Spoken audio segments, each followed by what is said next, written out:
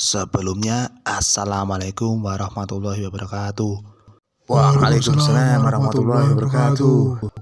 Ya, sebelum lomba dimulai, saya akan membacakan beberapa peraturan nggih. Pertama, laki-laki yang main bola tidak boleh memakai pakaian wanita. Tidak boleh menyerupai wanita. Yang kedua, waktune adzan leren. Yang ketiga, pakaian wajib menutup aurat. Yang keempat, dilarang main judi, mabuk, dan kemaksiatan lainnya.